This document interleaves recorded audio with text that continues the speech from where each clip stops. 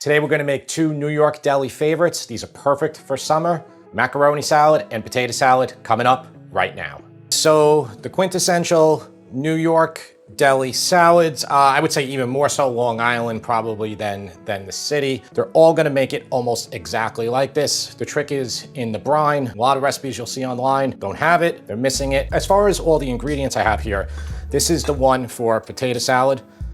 This is all the stuff for the mac salad.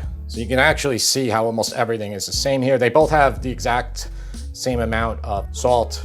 There's a little bit more pepper in the potato salad. And basically the difference in proportions here is just because we're using 3.5 pounds of potatoes, then we have 1 pound of elbow macaroni. Pasta absorbs liquid a little bit more, so we're actually gonna use a little bit more liquid. They both have Hellmann's mayo. It's the only type of mayonnaise you're gonna find used here. As far as the potatoes go, the potatoes are actually very important. You want a waxy potato. You can use Yukon Gold, and if you look at the printed recipe, I used them. So Yukon Gold are kind of in between of a waxy and a dry potato, but these are better. If you're using a different potato that's less waxy, would you do it to less than fork tender? Yeah, it's a good question. Maybe a minute or two less. Definitely don't use Idaho or russet potatoes though. It'll be ruined. It won't, there's no way to use those. What we're gonna do here is we're gonna prepare both brines. The secret to making these salads the way delis do it, and I worked at 4 delis, guys, in a span of 20 miles. They all do it the same, all of them. The key to doing this correctly is it's the brine and letting the potatoes sit in the brine. The longer you let it sit in the brine, the sweeter it's going to get. Instead of telling you exactly how much I have in each one of these, we do have a 1/2 cup of grated onion in both, but all the other things are just a tiny bit different. I'll tell you exactly what they are when we make it. So let's make those brines right now. Again, like I said in the beginning here, I said in the monologue, you really want to let this go 24, 48 hours. For simplicity's sake, I have them going for only 24 hours or even less. I did a batch yesterday, that's in the fridge. What we want to do here is we want to boil these. Just fill it up with water and boil them until they're fork tender. So we'll make the brine for the potatoes first. Tara just asked, am I going to boil the pasta? You can boil the pasta too, guys. Both of these, the potatoes and the pasta, boil your pasta, cook it only till al dente. And these elbow macaroni, they only take like 5 minutes. You can do them in advance because you're gonna run it under cold water. You're gonna run your pasta under cold water to stop the cooking. This is the brine for the potato salad, guys. I have a 1/4 cup of sugar. I have a 1/4 cup of white vinegar. This is just regular white vinegar. This is the vinegar you're gonna see every single deli use. A 1/4 cup of vegetable oil. This is also what you're gonna see every deli use. I know it's crazy, right guys? Vegetable oil. The oil is gonna help with the creaminess, the smoothness, the viscosity, it's gonna stay there. We have 1 1/4 teaspoons of salt I'm using, not kosher salt, just salt, fine sea salt, or any fine salt.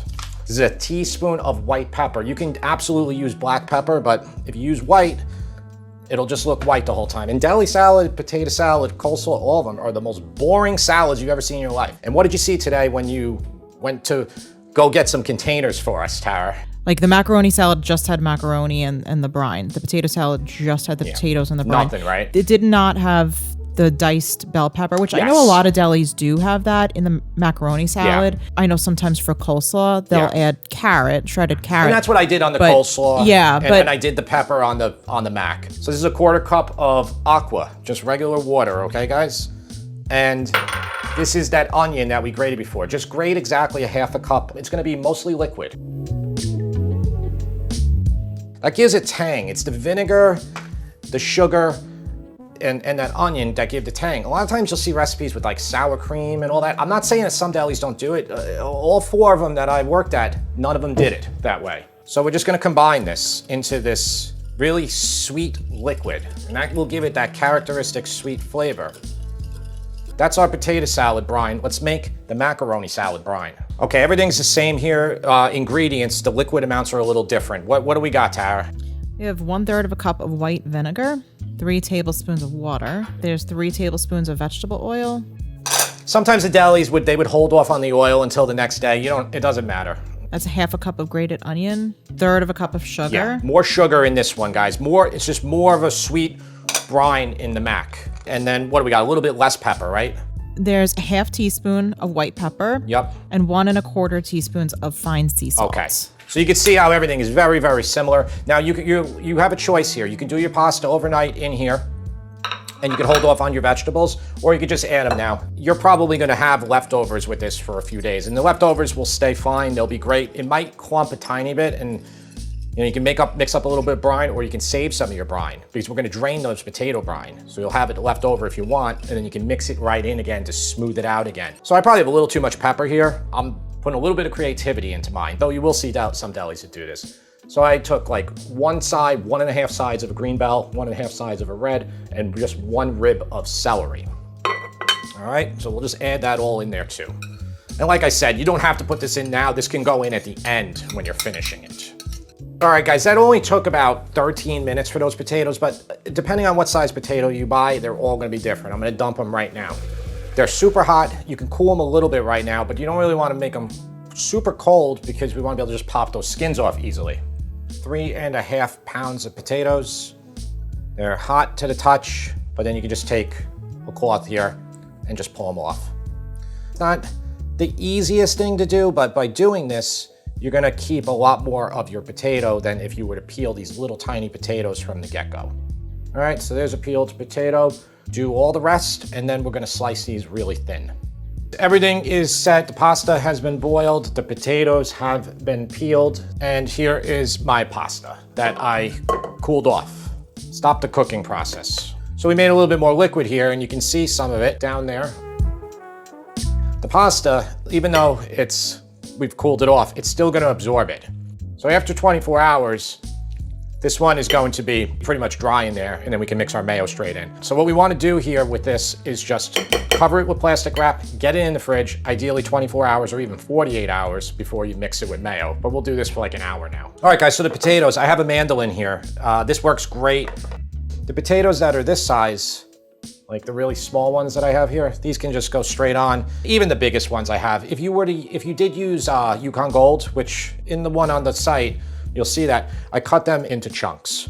So, which pretty much I brought them down to maybe this size or even smaller. But for now, I'll do a mandolin. You know, this isn't exactly the easiest thing to do here. So you can start like with 2 or 3 and just poke, you have the holes here, this thing. So this is your protecting guard so you don't cut your fingers off, okay? And then just down. So you can see how thin the pieces are, okay? And because we used the waxy potatoes, they still hold their shape. Now, if this is too big of a piece for you, just cut the potatoes in half again on your larger ones. Then just line them all up. Or don't even use the mandolin, just do it all with a knife. Just take your time, really thin. But these potatoes, if I can lock onto them, even though they're fork tender, they tend to really hold their shape. Okay, guys, all of our potatoes, lots of them right here.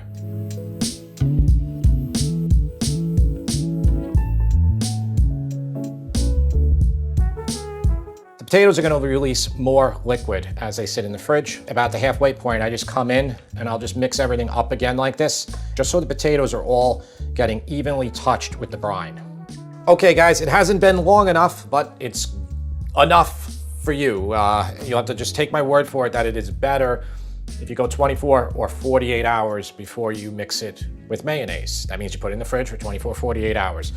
The potatoes give off liquid versus the macaroni absorbs liquid. So if you were to do that 24, 48 hours, your pasta would be extremely dry. There'd be nothing in there versus this would have a ton of liquid in there. So I just have a bowl for my liquid and a strainer. If you have a bigger strainer, it would be better. If you don't do this, what'll happen is it'll just be too liquidy and you don't want it to be that way. You want it to be more mayo-y. This is gonna be the final bowl that we use because this bowl's not big enough. So just keep putting your potatoes in here as you do this. If you do 24, 48 hours, you're gonna be left with a lot of liquid and you must remove it. Okay, and yeah, so that's the liquid there. We'll just put it off to the side. You can save it because if the next day you have it and it's a little dry, you just add a little bit of that sweet brine in there. I have 3/4 cup of mayonnaise, regular mayonnaise. It's gonna go in there. This is a good amount to start with because if you put too much in, you can't take it out. All right, but I think that 3/4 cup is a pretty good amount there. That is spot on New York deli potato salad. It does not need any more salt. It does not need any more pepper. It is perfect. 3/4 cup of mayo again. This is very creative, right? So this is a good consistency here, guys.